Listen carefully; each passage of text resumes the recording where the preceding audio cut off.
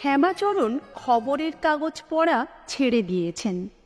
নিত্যে দিনের নানান ঝঞ্ঝাট, জল নেই, আলো নেই, তেল নেই, রেশনের জন্য কিবে দাঁড়াও গিয়ে, সমস্ত দিন রেডিও টেলিভিশনের ঘরঘরানি। কোথায় অস্ট্রেলিয়া ক্রিকেটে জিতল, কোথায় ভারত হকিতে হারল। রাস্তায় বেরোলেই স্লোগানের চোটে কান ঝালাপালা, কাল সারা ভারত বন্ধ। এর উপর কাগজ খুললে প্রথম পাতা থেকেই দুঃসংবাদের ভিড়। খুন জখম, লাঠিচার্জ, বাড়ি ধসে বাস উল্টে, সিমেন্টের দোষে পুল ভেঙে, ট্রেনের আধখানা নদী গর্ভে, মৃত্যু সংখ্যা 13 জন। ভালো লাগে না। তবু একেবারে যে পড়েন না এমন নয়। দুটো ইংরেজি আর বাংলা কাগজ আসে বাড়িতে। সকালবেলায় চায়ের কাপ হাতে করে একটা নিরিবিলি জায়গায় গিয়ে বসে যান শ্যামাচরণ। একধার থেকে খুঁটিয়ে খুঁটিয়ে বিজ্ঞাপনগুলো পড়ে যান। প্রথম পাতা থেকেই মনের মতো খোরাক পেয়ে যান। ইন্স্যুরেন্স বা জীবন বীমা যা জমা দেবে বছরে তার দুগুণ, অর্থাৎ 10,000-এ 20,000। পাতা উল্টেই অমুক স্টেটের লটারি, প্রথম প্রাইজ 20 লাখ। শূন্যগুলো গুনতেই মন হাঁপিয়ে যায়। তারপর নাটক, যাত্রা, সিনেমা, বাছা বাছা অভিনেতা অভিনেত্রীদের নাম দিয়ে, ছোট বড় মিলিয়ে অন্তত 60-70টা। চটকদার ভাষায় মনে হবে যেন চোখে দেখছ, গানগুলিও কানে এসে পৌঁছচ্ছে। রকমারি মাথার তেলের বিজ্ঞাপন, বাছা বাছা শব্দের চোটে মনে হয় গন্ধগুলি যেন নাকে এসে লাগছে। বয়সের জন্যে টাকের পদক্ষেপ শুরু হয়ে গেছে। অন্যমনস্কভাবে খালি হাতটা মাথায় উঠে যায় শ্যামাচরণের। গোটা 2 সাপ্তাহিক পত্রিকাও আসে, পাতাকে পাতা রঙিন চিত্রে আরও মন মাতানো। পড়া তবু রোজ একবার করে চোখ বুলিয়ে যাওয়া চাই। পড়ে পড়ে আশ মেটে না। উঠে স্নানের সময় পর্যন্ত বেশ কেটে যায়। মনটা তৃপ্তিতে ভরে গেছে, যেন নিখরচায় কোনো এক রাজপুরীর স্বপ্নলোক থেকে ফিরে এসেছেন। মন বলে বেঁচে থাক বিজ্ঞাপন, বারবারন্ত হোক। দিন দিন খুন জখম ধর্মঘট ছিনতাইয়ের খবরগুলোকে কোণঠাসা করে দিয়ে আরও জাঁকিয়ে বসুক, পাতায় আর জায়গা না কুলোক। একটানা বেশ চলছিল। তারপর একদিন পড়তে পড়তে একটা ইঞ্চি 2 বিজ্ঞাপনে দৃষ্টি আটকে গিয়ে ভুরু দুটো কুঁচকে উঠল শ্যামাচরণের। পাত্রপাত্রী চায়ের স্তম্ভে একটি একেবারে নতুন কথা। অন্যগুলো আর সবের মধ্যে একটা কৌতুক রস যোগায়। এটাও তাই, তবে একেবারে নতুন ধরনের। একটি পেট রোগা পাত্র চাই, বৈদ্যবংশীয়, বয়স 23-24-এর মধ্যে, আর সব দিকে সুস্থ। বাড়ির দিকে কোনো রকম দায়িত্ব থাকা বাঞ্ছনীয় নয়, কেননা পাত্রকে শ্বশুরালয়েই বাস করতে হবে। পাত্রে পিতার একমাত্র সন্তান, অর্থসম্পন্ন গৃহস্থ। বাংলার এক পল্লী অঞ্চলে স্বাস্থ্যকর স্থান। বিজ্ঞাপনদাতার নাম ঠিকানা নেই, শুধু বক্স নম্বর দেওয়া আছে। যারা নাম ঠিকানা না দিতে চায়, এটা তাদের জন্য একটা আলাদা ব্যবস্থা। 1 বার 2 বার 3 বার পড়ে গেলেন শ্যামাচরণ, যেন মানে ধরতে পারছেন না। একটা কথা খুলে না লিখলেও খুবই স্পষ্ট। টাকা কড়ি আছে, একটাই মেয়ে, আর কোনো সন্তান নেই। এমন অবস্থায় বিয়ে দিয়ে জামাইটিকে ঘর জামাই করে রাখতে চান মেয়ের বাপ। স্বাভাবিকই শ্যামাচরণ ভাবেন, আমি তুমি হলেও তাই করতাম, নয় কি? কিন্তু তার জন্যে জামাইকে পেট রোগা কেন হতে হবে? তার মানে কি? মাথা গুলিয়ে যাচ্ছে। এরা ছাপেই বা কেন এ ধরনের বিজ্ঞাপন? তারপর নিজেই তার উত্তর দেন, পয়সা পাচ্ছে, কেন এবার ছাপবে না? সাপ কি ব্যাঙ, ওদের তা নিয়ে কিসের মাথা ব্যথা? আর একবার পড়েন। পেট রোগা কথাটার উপর দৃষ্টি আটকে যাচ্ছে। চোখ দুটো ছিনিয়ে নিয়ে হাত উল্টে ঘড়িটা দেখেন। ঘড়ি দেখে কাজ করা অভ্যাস। মিনিট 15 দেরি হয়ে গেছে বাজে চিন্তায়। হামবাগ, ননসেন্স, যত্ত সব। বিড়বিড় করে শব্দ 3টি উচ্চারণ করে ছোট নাতনিকে বললেন, এই তেল, গামছা, সাবান নিয়ে আয়। এনে দিলে প্রশ্ন করলেন, আচ্ছা তোরা মাথায় কি তেল ব্যবহার করিস? একটা সুগন্ধি তেলের নাম করলে বললেন, নিয়ে আয় তো দেখি। সদ্য ফুলের তেলের বর্ণনা পড়ে মনটা ওই দিকে গিয়ে পড়েছে। তারপর নাতনি কয়েক পা যেতে না যেতেই বারণ করে দিলেন, সেই তো হোয়াইট অয়েল, রিফাইন্ড কেরোসিন, থাক। নারকেল তেল ব্যবহার করেন। আজকের কাগজে সদ্য সদ্য পড়া কানন কুন্তলার বিজ্ঞাপনের কাল্পনিক গন্ধটা নাকে এসে লাগছে, যেন আজকের তেলটার সঙ্গে মিলেমিশেও যাচ্ছে। বেশ করে মাথায় মেখে চান করতে চলে গেলেন। খেলেন দেলেন, কে জানে কানন কুন্তলার ভাষার চটকের কোনো ফল হলো কি না। বিজ্ঞাপনের সমস্যাটা মাথা থেকে একেবারে সরে গেছে। ঘুমটা বেশ গাঢ়ই হলো। বিকেলের চা এনে বললেন, কাগজটা একবার আনতো, দেখি কি বলে। মাথাটা পরিষ্কার হয়েছে ভালো ঘুমে। চায়ের কাপ হাতে নিয়ে বিজ্ঞাপনের দিকে চেয়ে চেয়ে মনে হলো যেন একটা মানে বের করতে পারা যায়, অবশ্য খানিকটা টেনে বনেই। হয়তো গায়ের কোনো কবিরাজ চেষ্টা চরিত্র করে পসার জমাতে পারছেন না, তার মানে ভালো রকম টাকা কড়ি আছেই। কিন্তু তা তো এর জন্যও হতে পারে যে বাপ ঠাকুরদা ভালো কবিরাজ ছিলেন, ভালো রকম পুঁজি রেখে গেছেন। ছেলে অনেক চেষ্টা করেও তাদের পসার প্রতিপত্তি পাচ্ছে না, পুঁজি ভাঙিয়ে খেতে হচ্ছে। আজকাল তো বৈদ্য কবিরাজদের যুগও নয়। পাশ করা অ্যালোপ্যাথ ডাক্তাররা ঢুকে পড়েছে, এদের মাথা তুলতেই দিচ্ছে না। নিশ্চয় এই অবস্থা দাঁড়িয়েছে ভদ্রলোকের। শেষে ভেবে ভেবে এই এক উপায় ঠাউরে বিজ্ঞাপন দিয়ে দিয়েছেন। তোমরা হয়তো জিজ্ঞেস করবে, দিয়ে কি ফল হবে? আমি বলবো, যদি লেগে যায় তো ফল বেশ ভালো রকমই হবে। আজকাল বিজ্ঞাপনেরই যুগ। এদিকে সন্তানের মধ্যে সবে এক নীলমণি, সেও মেয়ে। তার বিয়ে দিয়ে জামাইকে ঘর জামাই করে না রাখলে উনি গেলে কে সম্পত্তিটা রক্ষা করবে? দুটো দিক এক করে কবিরাজ মশাই এই বুদ্ধি বের করেছেন।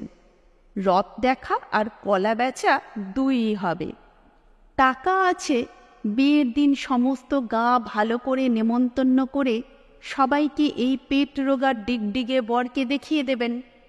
অবশ্য জেনে শুনেই পেট রোগা জামাই করলেন, সে কথা কি কাউকে বলতে যাবেন? তবে সবাই তো দেখলে। শুধু পেট রোগা কেন, জটিল ব্যাধি বলেই ধরে নিয়ে দিন কতক একটা কানাঘুষো চলবে গাঁয়ে।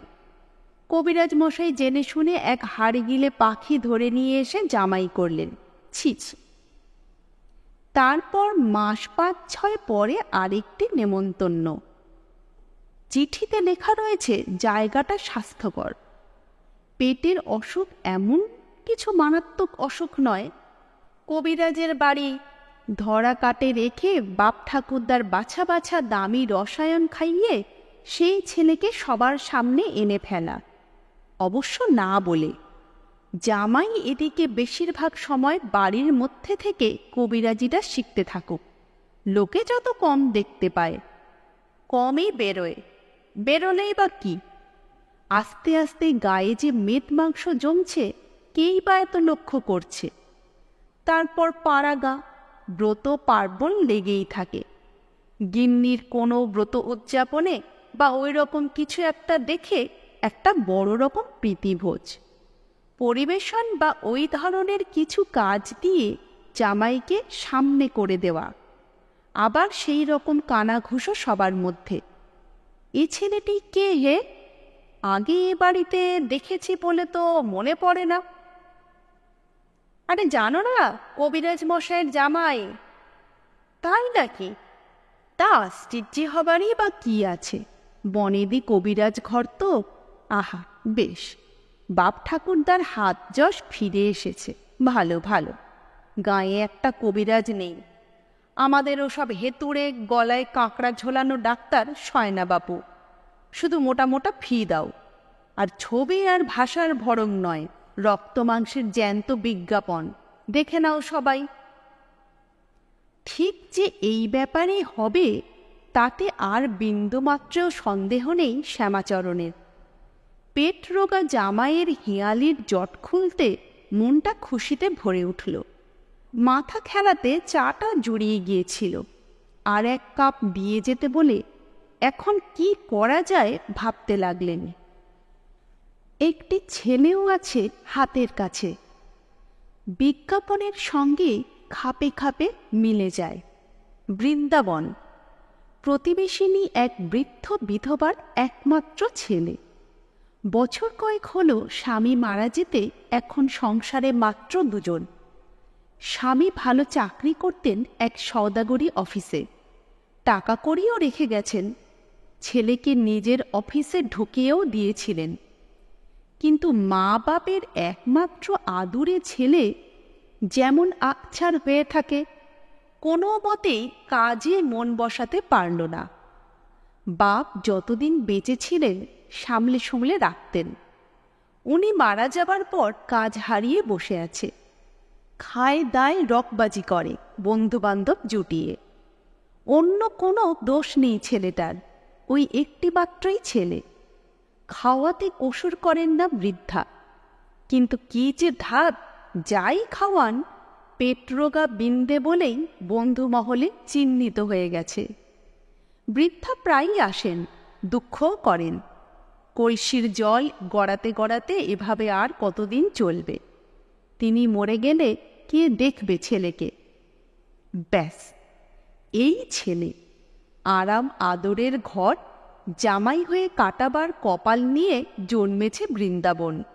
কেন পরের দাসত্ব করে জীবনটা নষ্ট করতে যাবে? বৃদ্ধাও সঙ্গে গিয়ে থাকুন, তিনিই বা কেন বেআইয়ের গলগ্রহ হয়ে থাকবেন? এখনো হাতে কিছু আছে, বিয়ের পর বাড়িটাকে বেচে ছেলের সঙ্গে গিয়ে থাকুন। দুঃখের চোটে বলেনও তা মাঝে মাঝে, বেশ মিলে যাচ্ছে। কিন্তু তার একটাই তো ছেলে, একটু ভালো করে দেখতে ইচ্ছে করছে এ রহস্যের তল কোথায়। এরপর চাই চুমুক দিতে দিতে একটা প্ল্যান খাড়া করে ফেললেন শ্যামাচরণ। আগে বক্স নাম্বারের ঠিকানায় একটা চিঠি দিয়ে ব্যাপারটা জেনে নিন, তারপর এগোনো যাবে। কাগজের নাম দিয়ে লিখলেন বিজ্ঞাপন দেখে উনি এ চিঠি দিচ্ছেন। বিজ্ঞাপনে যেমন চাওয়া হয়েছে সেই মতো একটি পাত্র শ্যামাচরণ দিতে পারেন, কিন্তু তার পূর্বে পাত্রকে যেখানে চিরকাল থাকতে হবে সেই স্থান, বাড়িঘর ও তার সঙ্গে স্বভাবতই পাত্রীটিকেও দেখা দরকার। সুতরাং এ বিষয়ে একটু সবিস্তারে গ্রামের নাম ও পথের নির্দেশ দিলে তিনি স্বয়ং গিয়ে দেখে শুনে সব স্থির করে আসতে পারেন। বৃদ্ধার দেখাশোনা তিনিই করেন। দিন কুড়ি কেটে গেল, গোটা ব্যাপারটাই বুজরুকি বলে শ্যামাচরণ হাল ছেড়ে দিয়েছেন। এমন সময় একদিন এলো চিঠির উত্তরটা। এত যে দেরি তার কারণটাও টের পেলেন। চিঠি পেতে দেরি হওয়ায় কৌতূহলটা বেড়ে গিয়েছিলই, চিঠি পড়ে তার উপর আর একটা নতুন কৌতূহল এসে পড়ায় আর বিলম্ব না করে বেরিয়ে পড়াটাই স্থির করলেন শ্যামাচরণ। যেমন অদ্ভুত বিজ্ঞাপন, উনিও কি ভেবে বাঙালি ঘরের সাধারণ পোশাকে না গিয়ে একজন সন্ন্যাসীর বেশে হঠাৎ গিয়ে পড়বেন বলেই স্থির করলেন। পরিচয় দিয়ে যদি যান, পাত্রীপক্ষে একটু লুকোচুরির সম্ভাবনা আছেই। দরকার মতো কোনোটা বাড়িয়ে কোনোটা কমিয়ে বলা বা দেখানো। সন্ন্যাসীর বেশে গেলে সে ভয়টা আর থাকে না। গেরস্থ ভয়ে ভক্তিতে সবটা প্রকাশ করেই ফেলে। জানে সন্ন্যাসী মানুষ সব কিছু তো ধ্যান বলেই জানতে পারেন। লুকোতে কিংবা বাড়াতে গিয়ে মিছিমিছি তার অভিশাপ কুড়োনো কেন? শ্যামাচরণ গিয়ে দেখলেন, প্রথমত সমস্ত জায়গাটা অদ্ভুত রকম অপূর্ব। এক খামচা জমি নয়, বিরাট, একুল ওকুল দেখা যায় না এই রকম একটা নদী। একটি সেকেলে পানশিতে পেরিয়ে দেখেন গোটা কতক সেকেলে ছইওয়ালা বলদ গাড়ি আর গোটা 2 রিক্সা ছাড়া যানবাহন বলতে আর কিছু নেই। 3টে পানশিতে লোক নামল কিছু, কিন্তু ছেলে মেয়ে নিয়ে একটি ছই গাড়ি আর রিক্সা দুটি ছাড়া কোনোটাই আরোহী পেলে না। রিক্সাও তার মনে হলো অনেক দূরের সওয়ারি বলেই। বাড়ি থেকে বেরিয়েই কলকাতার লোক বোঝাই ট্রামে, বাসে বা শেয়ারের ট্যাক্সিতে অভ্যস্ত। বিরাট নদীর হাওয়ায় বুক ভরে নিয়ে ডাঙায় উঠেই শ্যামাচরণের মনে এমন একটা আনন্দের ঢেউ উঠল যে 3 ক্রোশের পথ হলেও উনি হেঁটে যাওয়াই স্থির করলেন। সন্ন্যাসী হয়ে গাড়ি করতেও মন সায় দিল না। পাড়াগাঁ জায়গা, সন্ন্যাসী দেখে একটি ছোটখাটো দলও জুটে গেল। তাদের সঙ্গে গল্প করতে করতে এগিয়ে চললেন। কাঁচা রাস্তা, কিন্তু বাস মোটর প্রভৃতির অভাব বলেই এবড়ো খেবড়ো নয়। প্রায় 1/2 মাইল টাক এসেও তার চোখে একটাও পড়ল না। চারিদিকেই আম, কাঁঠাল, নারকেল, সুপুরির বাগান, থলো থলো ফল ফলে রয়েছে। তারই মাঝে মাঝে গেরস্থদের বাড়ি, ছোট বড় সঙ্গে একটা করে ডোবা গোছের পুকুর। মাঝে মাঝে এক একটা পাকা বাড়ির সঙ্গে শান বাঁধানো বড় পুকুর, তরতরে জল। কোনোটায় ধারে ধারে লাল শাপলা ফুল ফুটে রয়েছে। বড় রাস্তার ধারের আম কাঁঠালের বাগান ভেদ করেও নজর গিয়ে পড়ে। প্রায় সব গেরস্থ বাড়িতেই গরু ছাগল, মাঝে মাঝে খোলা মাঠেও কিছু কিছু চড়ছে। রাখাল ছেলেরা ডাঙ্গুলি বা অন্য কোনো খেলা নিয়ে রয়েছে। এখানে ওখানে ডাকা সাড়া দেওয়ার আওয়াজও আছেই। তাছাড়া চারিদিকে শান্ত নিথর। রাত্রিতে গাড়িতে চড়ে সকাল প্রায় 8টায় নদীর পার ঘাটে নেমেছেন। পল্লীর জীবনে দিনের কাজের চঞ্চলতা এই শুরু, এরপর আরও বাড়বে। তবে নিশ্চয় এই রকম শান্ত গতিতেই বাড়তে থাকবে। তারপর সন্ধে হলেই ঝিল্লির ডাকের সঙ্গে চারিদিক নিশ্চুপ একেবারে। বড় নদী থেকে পেরিয়ে একটা সুতি রাস্তার ডান দিক থেকে বাঁ দিকে চলে গিয়েছে। অগভীর একটা বাঁশের পুল, তবে তক্তা পেতে বেশ শক্ত করেই তৈরি। বলদ গাড়ি পর্যন্ত বেশ যেতে পারে। গল্প করতে করতে যতই এগোচ্ছেন, তৃপ্তিতে যেন প্রাণটা উছলে পড়ছে। রাস্তার ধারে একটা ছোট বাগান, তার ওদিকে একটা মাঝারি পুকুরে মাছ ধরা হচ্ছে জাল ফেলে। মন্দয়েক মাছ ধরা হয়ে গেছে, এক একটা 10 থেকে প্রায় 1/2 মণ পর্যন্ত। আবার একটা 15 উঠল ছটফটিয়ে। শুনলেন মণ 6-7 ধরা হবে। এত মাছ কি হবে, কলকাতায় চালান যায়? প্রশ্ন করলেন শ্যামাচরণ। আগে না, বড় নদী চারিদিক ঘিরে রেখেছে কিনা, তেনাকে ডিঙিয়ে কোনো জিনিস বাইরের কোনো হাটে নিয়ে গেলে লাভ থাকে না, একজন বললে। একজন একটু ধমক দিয়ে উঠল। বাহ, সে কথা বলো কেন? একে বড় কর্তার হুকুম যে এখানকার কোনো মাল বাইরে চালান হবে না, কড়া হুকুম একেবারে। বড় কর্তাটি কে? প্রশ্ন করলেন শ্যামাচরণ। জমিদার বাড়ির বড় শরী বিশ্বম্বর রায়রায়ান। খেতাবটা সরকার কেড়ে নিয়েছে, তা নিক, কিন্তু তেনার হুকুমের কেউ খেলাপ করুক দিগিন। কার এত বড় বুকের পাটা, শ্যামাচরণ জিজ্ঞেস করলেন, এলাকাটা কতখানি? তাই কে মাঝখানে রথতলা, আর বুড়ো শিবের মন্দির থেকে চারদিকে ওই 20-25 ক্রোশ পর্যন্ত। তারপরেই বড় নদীর ঘের। মাল বেরোবে কোন দিক দিয়ে, তখন চোরাই করেই বা। বুঝলাম, কিন্তু প্রায় মন 6-7 মাছ বলছো, এত মাছই বা কি হবে? কর্তাবাবুর নাতনির ছেলের অন্নপ্রাশন, চারিদিকের 5খানা গ্রামের ঢালুয়া নেমন্তন্ন, 3 দিন ধরে চলবে। এগে রোজই 5-6 মন করে না তুললে চলবে কি করে? একজন বলল, আর ও অর্ধেক তো মনকে রঘু আর পনকে মানিকের দল নস্যি করে দেবে। একে তেনাদের তো আবার রোজই ভোজ। নস্যি করে দেওয়ার কথায় একটা হাসিও উঠল। শ্যামাচরণ জিজ্ঞেস করলেন, তারা কারা? গোটা 8 গ্রামের 12-13 জনের নাম করল ওরা।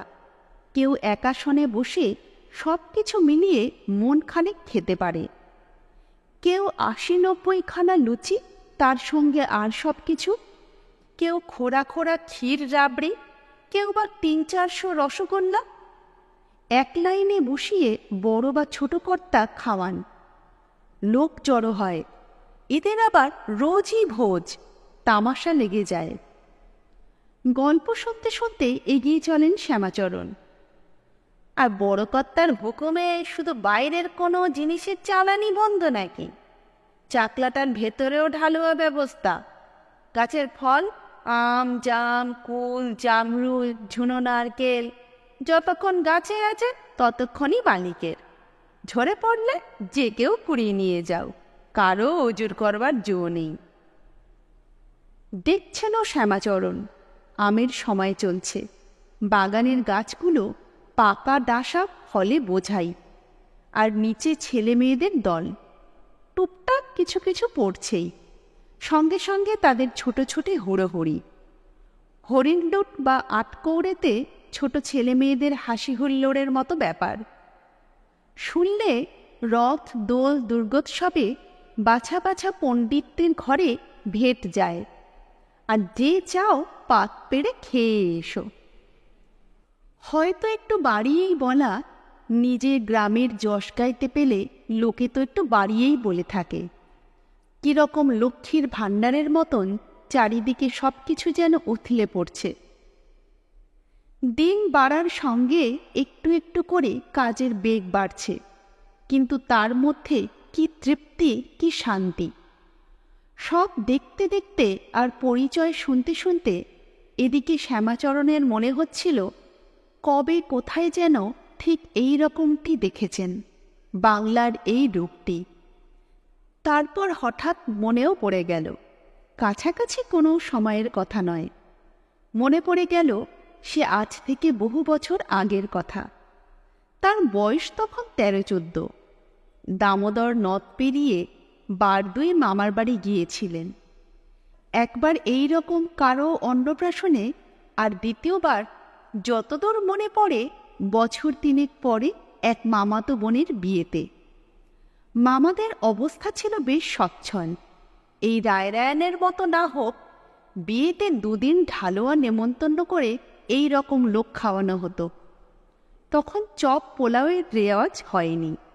লুচি, আলুনি কুমড়োর ছক্কা থেকে আরম্ভ করে কত রকম যে তরকারি। ছক্কাটা আলুনি রাখবার একটা বিশেষ কারণ ছিল। খান 8-10 করে লুচি, আলুনি কুমড়ো ছক্কা আর গোটা কতক করে সন্দেশ আগে ছাদা বেঁধে বাড়ি নিয়ে যাওয়ার জন্যে দিয়ে দেওয়া হতো। নুন দিলে যে এঁটো হয়ে যাবে। তারপর শেষ পাতে দই, বোঁদে, ক্ষীর, রাবড়ি, 3-4 রকম ছানার মিষ্টি, যে যত খেতে পারে। এক একজন ভরা পেটে 8-10 খুঁড়ি ক্ষীর রাবড়ি উড়িয়ে দিচ্ছে, সে এক এলাহি কাণ্ড। সেই বাড়ির সে গায়ের মনকে রঘু আর পনকে মানিকদের দেখেন শ্যামাচরণ। 4 জন ষাঁড় বেঁধে বসেছে। ঠাকুরদা রূপো বাঁধানো হুঁকো হাতে করে সামনে বসে খাওয়াচ্ছেন। নামগুলো এখন মনে পড়ছে না, পরিবেশন করে যাচ্ছে কে কাকে হারাতে পারে। একজন আবার ভুসিমালের দিকে যায় না, অর্থাৎ লুচি তরকারি এইসব সাধারণ জিনিস। তার জন্যে স্রেফ দই, ক্ষীর, রাবড়ি আর মিষ্টি। তামাশা দেখবার জন্য লোকও দাঁড়িয়ে গেছে। শ্যামাচরণের মনে এখনও যেন সেই আশ্চর্যের ভাবটা লেগে আছে। চোখ বড় বড় করে দেখছেন আর ভাবছেন, এত মাল গলার নিচ দিয়ে যায় কোথায়? মনে পড়ছে মামাদের গ্রামটাও ছিল ঠিক এই রকম, পুকুর, ডোবা, ফলে বোঝাই বাগান, গেরস্থদের ঘরে ঘরে ধানের মড়াই, মাঠে উঠোনে গরু বাছুর। প্রচুর খেতে পেয়ে সাদামাঠা পোশাকে সবাই তৃপ্ত, কোথাও হাহাকার নেই। নেই রেশনের দোকানে ভিখিরির মতো লাইন বেঁধে দাঁড়ানো, সেই নিত্যই জলের অভাব আর আলোর অভাব, রাস্তায় বেরোলেই অভাব অভিযোগের স্লোগান হিকি মিছিল, ছিনতাই আর অ্যাক্সিডেন্টের ভয়ে জড়সড় হয়ে থাকা। সেই তুলনায় এ যেন স্বর্গ। অত বড় করে স্বর্গই বা বলি কেন? বলবো সেই পুরনো বাংলারই একটা টুকরো এই ছিন্ন ভিন্ন নতুন বাংলার এক কোণে কি করে আটকে রয়েছে। মনে মনে আরাম উপভোগ করতে করতে চিঠিতে লেখা পথের নির্দেশ মতো চলতে চলতে মনে হলো এসে পড়েছেন কাছাকাছি। বড় রাস্তা থেকে একটু গলির মতন বেরিয়ে গেছে, তারই মাথাটা। আর সবাই চলে গেছে, দুজন আছে সঙ্গে। বিজ্ঞাপনদাতার নামটা বলে জিজ্ঞেস করলেন এই গলিতে তার বাড়ি কোনটা। ব্যাস, সঙ্গে সঙ্গে যাকে বলে ছন্দপতন। যেন তার স্বর্গ থেকে আছাড় খেয়ে পড়ে গেলেন শ্যামাচরণ। শুনতে দেখি দুজনেই কানে আঙুল দিয়ে জড়াজড়ি করে বলে উঠলেন, সকালবেলা নামটা করলেন ঠাকুর, শুনলে ভাতের হাঁড়ি ফেসে যায়। দেখুন গিয়ে কিরকম অভ্যর্থনাটা হয়। সন্ন্যাসী মানুষ হয়তো একেবারে ফিরিয়ে দিতে হিম্মত করবেনি। গিয়ে দেখুন, এই যে ওই হোতা ফাটকের মধ্যে দোতলা বাড়ি, উঠি হলো একাদশী সেনের বাড়ি। যান গিয়ে একটু পায়ের ধুলো দিন, কপালে দিলে দোষটা যদি কেটে যায়। সকালবেলা আজ কপালে কি যে আছে? একাদশী, অর্থাৎ জাতকেপনের নামের ভয় আমরা সবাই করি। আনন্দটা নাকি খুবই হয়েছিল শ্যামাচরণের, তাই প্রচণ্ড একটা ধাক্কা খেলেন। ওরা চলে গেলে একটু থমকে দাঁড়ালেন, কিরকম অভ্যর্থনাটা হবে। তারপর দুর্গা নাম নিয়ে কপাল ঠুকে পা বাড়ালেন। মাথায় একটা ছোট ছোট জটার পরচুলা পরা ছিল, কপালের অর্ধেকটা পর্যন্ত একটা ছোট লাল ফিতে দিয়ে বাঁধা, যেমন কোনো কোনো সন্ন্যাসীর মাথায় দেখা যায়। সেটা একটু কষে নিলেন। অভ্যর্থনা যা হলো তেমনটি স্বপ্নেও ভাবতে পারেননি শ্যামাচরণ। বাড়িটার ফটক একটু দূরে ভেতরের দিকে। বারান্দায় একটি মাঝবয়সী ভদ্রলোক একটা হেলানো চেয়ারে বসে বসে বিড়ি ফুঁকছিলেন আপন মনে। ফটক খুলে ঢুকতে দেখে বিড়ির হাতটা নামিয়ে একটু অবাক হয়ে চেয়ে রইলেন, যেন এই ধরনের কাউকে আশা করেছিলেন। বারান্দা থেকে নেমে, আসুন আসুন, কি সৌভাগ্য আমার, বলতে বলতে ওর পায়ের ধুলো নিয়ে মাথায় দিয়ে নিজের চেয়ারে বসিয়ে দিলেন। তারপর ঘরের ভেতর থেকে একটা কাঠের চেয়ার এনে হাত জোড় করে বসে যেন শ্রীমুখ থেকে কি বেরোয় শোনবার জন্য অপেক্ষা করতে লাগলেন। ইনিই তো সেন মশাই, তাতে আর সন্দেহ নেই। শ্যামাচরণ বুঝে গেলেন ওষুধও ধরেছে, তার পরচুলো আর গেরুয়া লুঙ্গিতে কাজ হয়েছে। খাঁটি সন্ন্যাসীরা কখনো গেরস্থদের সঙ্গে আপনি বা তুমি বলে কথা কন না, তার জায়গায় তুই তোর, তা সে বয়সে বা টাকা কড়িতে যতই বড় হোক। হাত তুলে আশীর্বাদ করে বললেন, সৌভাগ্য টৌভাগ্যের কথা পরে হবে, আগে কেমন আছিস তাই বল। কই আর ভালো বাবা, তাই তো ডেকে ডেকে হয়রান হচ্ছি, কবে শ্রীচরণের দর্শন পাব। শ্যামাচরণ খাঁটি সন্ন্যাসীর মতন একটু মুচকি হাসলেন, বললেন, সে তো বুঝতেই পারছিলাম কে কোথায় যেন ব্যাকুল হয়ে ডাকছে। শেষে ধ্যানে বসতে মা যেন বললেন, যা শোন গিয়ে ওর দুঃখের কথা। তা আগে একটু চায়ের ব্যবস্থা কর দেখিন। ওই একটা নেশাই আছে, পরে সব ঠিক হয়ে যাবে, ভাবিসনি।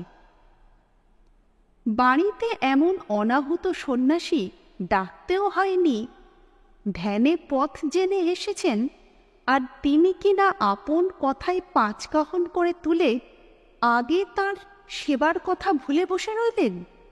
লজ্জায় আফসোসে হন্তদন্ত হয়ে ভেতরে চলে গিয়ে সেনমশাই জল গামছা নিয়ে এসে নিজের হাতে পা ধুইয়ে মুছিয়ে দিলেন। সেই যে সেবার ধুম আরম্ভ হলো, হালুয়া লুচি, তারপরে স্নান, পুজোর ব্যবস্থা, চর্বচস্য আহারের ব্যবস্থার পর গিয়ে সে সেবা শেষ হলো। সব একরকম মুখ বুজে, পাছি আবার ভুলে নিজের দুঃখের কথা কিছু বেরিয়ে পড়ে, সেই ভয়ে সেনমশাই একেবারে চুপ। বাড়িঘর দেখে বোঝা যায় বেশ অবস্থাপন্ন, তবে লোকজনের একান্ত অভাব। এক আতবুড়ি ঝি, তাকে এটা ওটার জন্য মাঝে মাঝে ডেকে নিজে চরকিবাজের মতন ঘুরে ফিরে সব্বাইয়ের কাজ সারলেন। ভেতর বাড়িতে গিন্নি রান্নার কাজে লেগে রয়েছেন। রাত্রে ভালো ঘুম হয়নি। এরপর একটানা লম্বা ঘুম দিয়ে শ্যামাচরণ যখন বারান্দায় এসে বসলেন, তখন সেনমশাইও আস্তে আস্তে বেরিয়ে এলেন ঘরের ভেতর থেকে।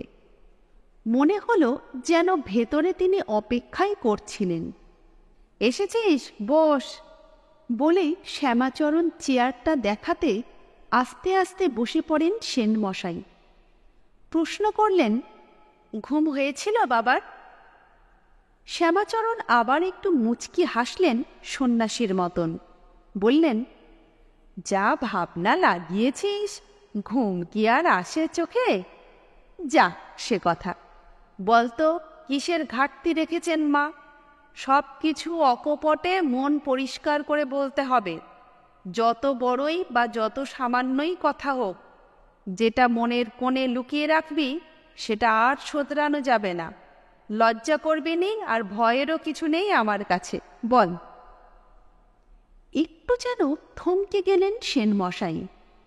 কেপ্পনরা নিজের ভেতরের কথা সহজে বলতে চায় না। দুটো ঢোক গিলে বললেন, তা যদি বলেন তো মা যে বিশেষ কোনো ঘাটতি রেখেছেন এমন কথা মুখে উচ্চারণ করতে পারি না বাবা। একা মানুষ, খেটে খুঁটে কিছু সম্পত্তি করেছি। এই দোতলা বাড়ি আর সংলগ্ন বিঘে 3 জমি, বিঘে 15 চাষের জমি আর একটা পুকুর। বাইরে বড় নদী পেরিয়ে ওই জেলা শহরে একটু কারবার আছে, প্রায়ই যেতে হয়। একা মানুষ, পরের হাতে ছেড়ে দিলে চলে না। আগে দিয়েছিলেন মা কিছু, ওদিকে দেননি কোনো পুত্র সন্তান। তা হয়তো ভালোই করেছেন, দেখছি তো বাপ ঠাকুরদা করে গেল, ছেলে মেয়ে খাইয়ে উড়িয়ে দিলে। তার চেয়ে মা যা করেছেন তাই ভালো। সন্তান বলতে একটি মেয়ে, বিয়ের বয়সও হয়েছে, সেটা সেরে নিতে পারলে আমি নিশ্চিন্তি হই। তারপর এই সম্পত্তিটা 5 ভূতে লুটে খাবে তো, তার কিছু ব্যবস্থা করে রেখে যেতে হবে না? শ্যামাচরণ বললেন। একটু চুপ করে রইলেন সেনমশাই। শ্যামাচরণ তার মুখের দিকে চেয়ে থেকে সেই রকম হাসতে হাসতে বললেন, আমি একটা কথা বলি, যদিও সন্ন্যাসী মানুষ, এসব গেরস্থালির কথা কিছু বুঝি না। বলছিলাম, মেয়ের বিয়ে দিয়ে দে। মেয়ের বিয়ে দিয়ে একটা ঘর জামাই করে নিয়ে আয়। সন্ন্যাসী তার মনের কথা এতখানি জেনে গিয়েছেন দেখে একটু থতমতই খেয়ে গেলেন সেনমশাই। তিনি যে বিজ্ঞাপন দিয়েই দিয়েছেন, এ কথাটা ভাঙা ঠিক হবে কিনা চুপ করে থেকে একটু ভাবলেন। তারপর উনি ধ্যান বলে যদি নিজেই টের পেয়ে যান, সেই ভয়ে বলেই দিলেন যে একটা বিজ্ঞাপন তিনি দিয়েই দিয়েছেন। তারপর ওর মন জানবার জন্য জিজ্ঞেস করলেন, ভুল করেছি কি কিছু? এই যেমন দিয়ে থাকে লোকে। শ্যামাচরণ শুধু একটু হাসলেন। ভুল কি ঠিক সে কথায় না গিয়ে বললেন, আমাকেও ডাকবি, ওদিকে বিজ্ঞাপনও দিবি, তাহলে আমি আছি কি করতে? এবার বল কিরকমটা চাই ছেলে। পেট রোগা ঘর জামাইয়ের কথাটা আর বের করতে পারলেন না সেনমশাই। বললেন, এই ধরুন স্বাস্থ্যটা মোটামুটি ভালো হয় আর সম্পত্তিটা বজায় রাখতে পারে, মানে নিজে খেয়ে আর অপরকে খাইয়ে সব কিছু উড়িয়ে। বুঝেছি বুঝেছি, আর বলতে হবে না তোকে। তুই চাস বামনের গরুটি, খাবে কম, দুধ দেবে কেড়ে ভরে। তা পাবি পাবি। একটু মুচকি হাসলেন শ্যামাচরণ নিজের রসিকতায়। জায়গাটা বড় ভালো লেগেছে, নতুন শিষ্যের সেবার লোভও আছে। কলকাতায় গিয়ে আবার সেই এটা নেই ওটা নেই, কিন্তু চাপা পরচুলায় মাথাটা গরম হয়ে যাচ্ছে। তাছাড়া যদি অসাবধানে খসেই পড়ে কখনো, সেই ভয়ে উনি পরদিনই সকাল সকাল বেরিয়ে পড়লেন। সেনমশাই ছইওয়ালা গরুর গাড়ির ব্যবস্থা করে দেওয়ার কথা তুলতে গেলেন। ওসব কি আর আমাদের সন্ন্যাসীদের চলে রে? এই পা নাড়িয়েই সারা জীবন ঘুরে বেড়ালাম তীর্থে তীর্থে। উনি পায়ের ধুলো নিতে মাথায় হাত রেখে বললেন, হবে হবে, ভাবিসনি, শিগগিরই পেয়ে যাবে। গাড়িতে যে গেলেন না সেটা একটা কথা ভেবেই। হেঁটে গেলে রাস্তায় লোকটার সম্বন্ধে অনেক রকম খোঁজ খবর নিতে পারবেন যেতে যেতে। তা খবর পেলেনও। আগের দিনের মতন একটি দলও জুটে গেল পাড়ে যাওয়ার। তার মধ্যে দুজন কালকের লোকও ছিল। তারাই কথাটা তুলল, তে একাদশী সেনের ওখানে অভ্যর্থনাটা কিরকম হলো? সন্ন্যাসী মানুষের সব অবস্থাতেই সন্তুষ্ট থাকতে হয়, তার উপর উনি তো ছিলেন খুব আদর যত্নেই। সেটুকু বরং বাড়িয়ে ডালপালা দিয়ে বললেন শ্যামাচরণ। তাইতে আরম্ভ হয়ে গেল সেনমশাইয়ের গুণপনার ব্যাখ্যান।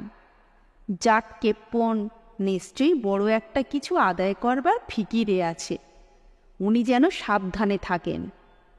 জেলা শহরে সম্পত্তি, কালোবাজারের ব্যবসা আছে, এখানেও অঢেল সম্পত্তি, ভোগ করার কেউ নেই সেই তুলনায়।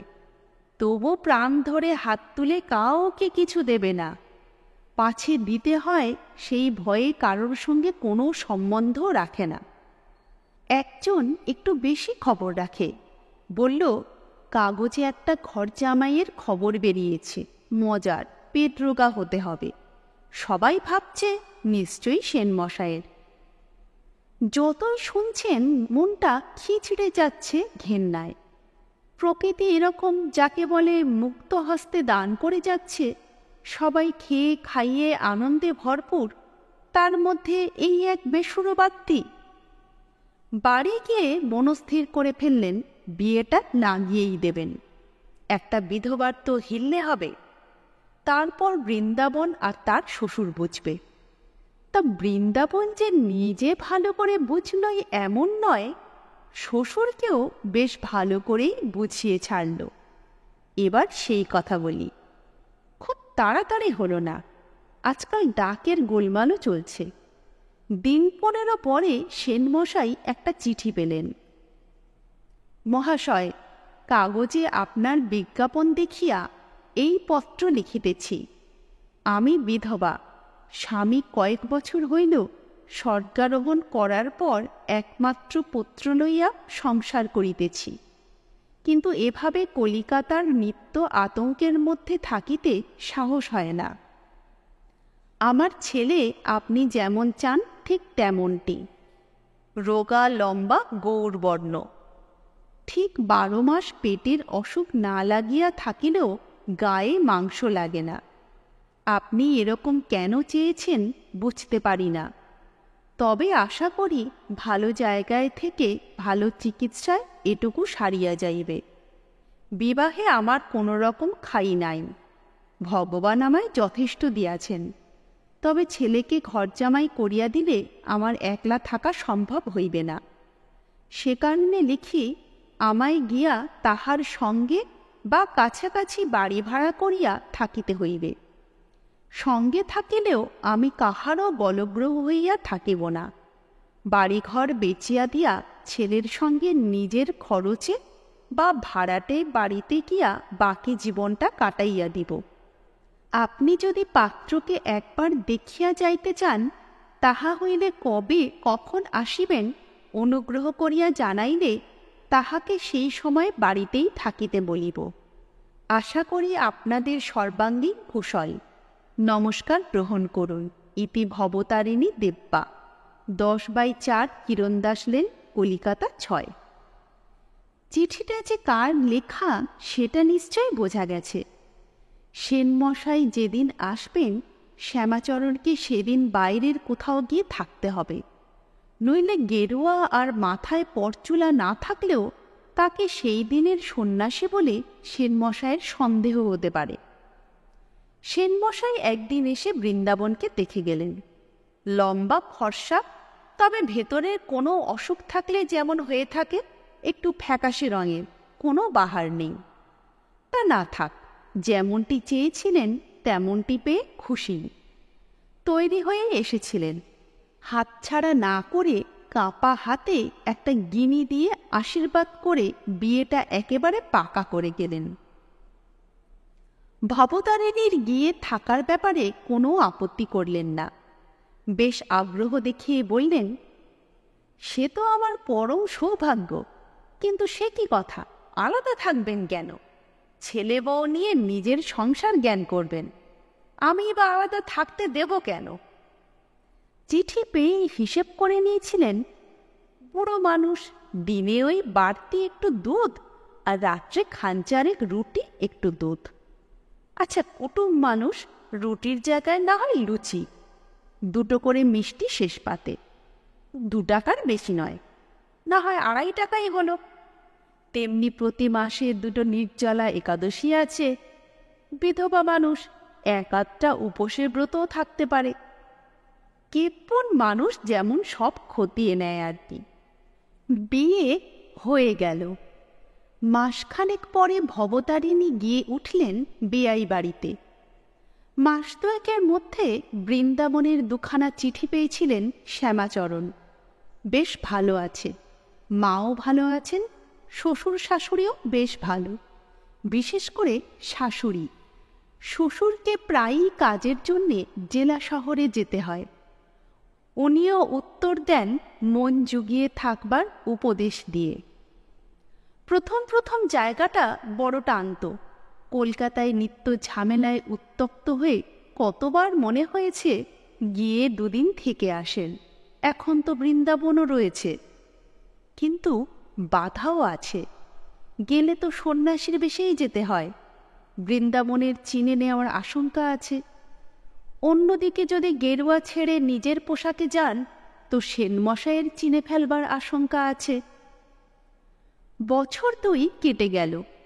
তারপর এমন একটা ঘটনা ঘটল যে আর লোভ সামলানো গেল না। বৃন্দাবনের একটা চিঠি এলো, তার ছেলের অন্নপ্রাশন। সবার ইচ্ছা তিনি যেন অবশ্য একবার এসে আশীর্বাদ করে যান। শ্যামাচরণ বেশ গোড়া বেঁধেই কাজ করলেন। আগে একটা চিঠি লিখেছিলেন, ইলেকশন চলছে, তাকেও টেনেছে এক পক্ষ থেকে, তার যাওয়ার কোনো উপায় নেই, যেন ওরা দুঃখ না করে। তারপর এই ভাঁওতাটা দিয়ে কপাল ঠকে বেরিয়ে পড়লেন। হ্যাঁ, সন্ন্যাসী বেশেই। শীতকাল, গেরুয়া লুঙ্গি আলখাল্লার উপর একটা কম্বল জড়িয়ে নিলেন। মাথায় পরচুলার উপর সন্ন্যাসীদের একটা কান ঢাকা টুপি বসিয়ে দিলেন। একটা সুবিধে হয়েছে, ঠান্ডার ধাতে তার উপর হঠাৎ ঠান্ডা লেগে গলাটা ভেঙে গেছে। একটা গেরুয়া রঙের মাফলার জড়িয়ে নাক, মুখ আর কপালের এক ফালি ছেড়ে বাকি মুখটার প্রায় সবটুকুই ঢেকে ফেলেছেন। পায়ে গেরুয়া মোজা, গেরুয়া ক্যাম্বিসের জুতো। পরদিন বড় নদী পেরিয়ে সেই রকম একটা দলের সঙ্গে গল্প করতে করতে সেই রকম ফটক খুলে বারান্দায় গিয়ে উঠলেন। বাইরে কেউ ছিল না। ভাঙা গলায় ডাক দিলেন, কই, কে আছিস? আমি শ্যামানন্দ এলাম। সেবার ওই নামেই পরিচয় দেন। সেনমশাই হন্তদন্ত হয়ে বেরিয়ে এসে একটু অবাক হয়ে দাঁড়িয়ে পড়েন। আপনি এসেছেন বাবা, বলে পায়ে যেন লুটিয়ে পড়লেন। শ্যামাচরণ বললেন, ওঠ ওঠ, যেভাবে আমাকে ডাকতে লেগেছিলি, না এসে আর পারি? তা মনের মতো জামাই পেলি? আমি তো মাকে বলে সব ব্যবস্থা করে দিয়েছিলাম। তা পেয়েছিলাম বাবা, কিন্তু কপাল দোষে। যাক, সেসব কথা পরে হবে। এসেছেন বড় ভালো দিনে। তা বলবি আর তবে জানতে পারবো। নাতির অন্নপ্রাশন দিচ্ছিস তো? ছিলাম কামাক্ষায়। মনটা হঠাৎ ছটফট করে উঠল। মার কাছে ধন্না দিতে টের পেলাম এই ব্যাপার। ছুটে এলাম। তা জামাইটি হলো কেমন, আছে কেমন? আপনার দেওয়া ভালোই হয়েছে, আছেও ভালো। কিন্তু তুই নিজে যেন শুকিয়ে গেছিস। ভালো ঘর জামাই করে নিশ্চিন্তি হয়ে কোথায় দেহ মনে আরো তাজা হয়ে উঠবি, তা না। আগে সে কথাও করব নিবেদন। পায়ের ধুলো পড়েছে, আগে হাত পা ধুয়ে একটু জিরিয়ে নিন। উফ, কি ঠান্ডাটাই পড়েছে। আপনার গলাটাও দেখছি ভেঙে গেছে। সেবা যত্নের ধুম পড়ে গেল। ঘটা করেই নাতির অন্নপ্রাশন দিলেন সেনমশাই। প্রায় আধখানা গ্রাম পাত পেতে খেয়ে ছাদা বেঁধে ঢেকুর তুলতে তুলতে বিদায় নিল। এমনকি মনকে রোখো আর পনকে মানিকও বাদ গেল না। সেনবাড়িতে এমন কাণ্ড এর আগে কখনো হয়নি। সারা পড়ে গেল গ্রামে। কিন্তু তাকে দেখা গেল কম। বেশ বড় প্যান্ডেল করে লোক খাওয়ানো হচ্ছে। একবার ঘুরে গেলেন, তারপর আর দেখা নেই। প্রথম নাতি ঝোঁকের মাথায় কাজটা করে ফেলে হাত কামড়াচ্ছেন বলে একটা কানাঘুষো উঠতে যাচ্ছিল। এক সন্ন্যাসী আশায় তাকে নিয়ে পড়েছেন। এই কথাটা ছড়িয়ে পড়তে সেটা থেমে গেল। শ্যামানন্দ কিন্তু রাত জেগে এসেছেন। এই যুক্তি দিয়ে তাড়াতাড়ি সেবা নিয়ে শুয়ে পড়লেন দোতলার একটা নিরিবিলি ঘরে। সেনমশাই কোথায় ছিলেন, কি করছিলেন তিনিই জানেন। তারপর দিন সব চুকে বুকে গেলে ওই ঘরে বসেই নিরিবিলিতে নিজের দুঃখের কথা শুরু করে দিলেন সেনমশাই। কথাটা তুলতে বাধছিলই, সন্ন্যাসী শ্যামাচরণের একটা প্রশ্নে সুবিধে হয়ে গেল। সেনমশাই কোথায় কবে বিজ্ঞাপনে পেট রোগা জামাইয়ের খোঁজ করেছিলেন তা তো শ্যামাচরণের জানবার কথা নয়। জিজ্ঞেস করলেন, তা হ্যাঁ রে, তোর জামাইকে তো দেখালিনি। আগে ওই যে তখন আপনাকে প্রণাম করে গেল, আমি পাঠিয়ে দিলাম কিনা। নিজে ওদিকে একটু কাজে ধরা পড়ে গিয়েছিলাম। তা বেশ কার্তিকের মতো তো জামাই পেয়েছিস। বেশ ঘুরে ঘুরে খাটতেও তো দেখলাম। সম্পত্তিটা দেখবার জন্য এই রকম ছেলেই। একটু চুপ করে রইলেন সেনমশাই। তারপর আরম্ভ করলেন তাঁর দুঃখের কথা। আর একবার আরম্ভ করতেই মনের ক্ষোভে গড়গড়িয়ে বলে গেলেন, দেখবার ভাববার ফুরসত থাকলে তবে তো দেখবে বাবা। এখন আশঙ্কা হচ্ছে খেয়ে খাইয়ে সব উড়িয়ে না দেয়। একটা গেরস্থ ঘরের ছেলেই দিয়েছিলেন মা। একটু রোগা ভোগা, ভেবেছিলাম উপযুক্ত চিকিৎসায় সেরে যাবে। তা এমনভাবে নিজের চিকিৎসা নিজেই শুরু করে দিলে, জামাই মানুষ তো কিছু বলাও যায় না। আমায় হাল ছেড়ে দিয়ে বসে বসে মুখটি বুজে দেখতে হচ্ছে। কিরকম? প্রশ্ন করলেন সন্ন্যাসী শ্যামানন্দ। আজ্ঞে তা বই কি, রোগা ভোগাই তো ছিল, আস্তে আস্তে খাওয়া দিলে বাড়িয়ে। কলকাতা নয়, এখানকার জল হাওয়া ভালো, হজম হবে না এমন ভয় নেই। ভাবলাম ভালো, তা দিক বাড়িয়ে পেটে যখন সইছে। খান দুয়েক করে গব্য ঘিয়ে ভাজা লুচি খেত। একবার জেলা শহরে কারবার দেখতে গিয়ে দিন 15 আটকে যাই। ফিরে দেখি প্রায় 20 খানেক লুচি দুথাকে পাতে সাজানো রয়েছে। বেশ ভয় পেয়ে গেলাম বাবা। জামাই মানুষ, কিছু তো বলা যায় না। মেয়েকে ডেকে চুপি চুপি জিজ্ঞেস করতে সব ফাঁস হয়ে গেল। কি বললে মেয়ে? সেও তোর মতন ভয় পেয়ে গেছে? প্রশ্ন করলেন শ্যামাচরণ। মোটেই না, মেয়ে, তার মা, ছেলের মা সব একদিকে তো। চুপি চুপি ডেকে জিজ্ঞেস করতে মেয়ে বললে, জামাই মনকে রঘু হওয়ার জন্যে তার বাড়ি এখন যাওয়া আসা করে। মনকে রঘু এখন তার মন্ত্রগুরু। সে বলেছে আগে তারও নাকি ওই রকম লিকলিকে চেহারা ছিল, কিছুই হজম হতো না। তারপর আস্তে আস্তে খাওয়া বাড়িয়ে দিতে রোগবালাই আর পেটে জায়গা না পেয়ে কোথায় চলে গেছে। মোক্ষম মন্তর বলেছে আগে প্রতি সপ্তাহে 2, তারপর 3 করে বাড়িয়ে যেতে হবে। ধাপে ধাপে বাড়িয়ে 2 বছরে এখন 43খানায় দাঁড়িয়েছে বাবা। চোখ বড় বড় করে শ্যামানন্দের মুখের পানে চেয়ে রইলেন সেনমশাই। চাপা হাসিতে সন্ন্যাসী শ্যামানন্দের পেট গুড়গুড় করছে। বললেন, তা খা কি না, হজম হয়ে চেহারাটা তো এখন দেখবার মতন হয়েছে। খাইয়ে দাঁড়িয়ে এই মজাটা পাবি বলেই না মা তোকে ওই রকম রোগা জামাই দিয়েছিলেন। খেয়ে দিয়ে যদি সব লোপাট করে দেয়। কথাটা মুখ ফসকে বেরিয়ে যাচ্ছিল। ঘুরিয়ে নিয়ে সেনমশাই বললেন, না বলছিলাম, রয়ে বসে খেলে ওর সম্পত্তি ওরই রইল বাবা। আর সব কথা তো শ্রীচরণে নিবেদন করতে ভুলেও যাচ্ছি। যা মনের অবস্থা দাঁড়িয়েছে, শুধু তো জামাইই নয়, কুটুম মানুষ, স্ত্রীলোক পাক মুখে বলতে নেই। বেয়ানের খোরাকও নেহাত মন্দ নয়। তা তিনিও কি ধাপে ধাপে বাড়াচ্ছেন নাকি? কোনো রকমে হাসি চেপে প্রশ্ন করলেন শ্যামানন্দ। ঠিক ও রেটে নয়, তবে তাকেও আজকাল 1 কুড়ি করে গুনে পাতে ধরে দিতে হয় বই কি। তদুপযুক্ত দুধ, ক্ষীর। মা বেটার যোগান দিতে 1 জোড়া ভাগলপুরি গাই কিনতে হয়েছে। হাটে বেচতে এসেছিল, জামাইয়ের আবদারে কিনতে হলো 2000 350-তে। মেয়ে আর গিন্নিও ওই দিকেই। বেয়ান আড়াল থেকে বললেন, দিইনি না কিনে, একটিই তো জামাই, আর বিয়েতে তো 1 পয়সাও পণ নিইনি।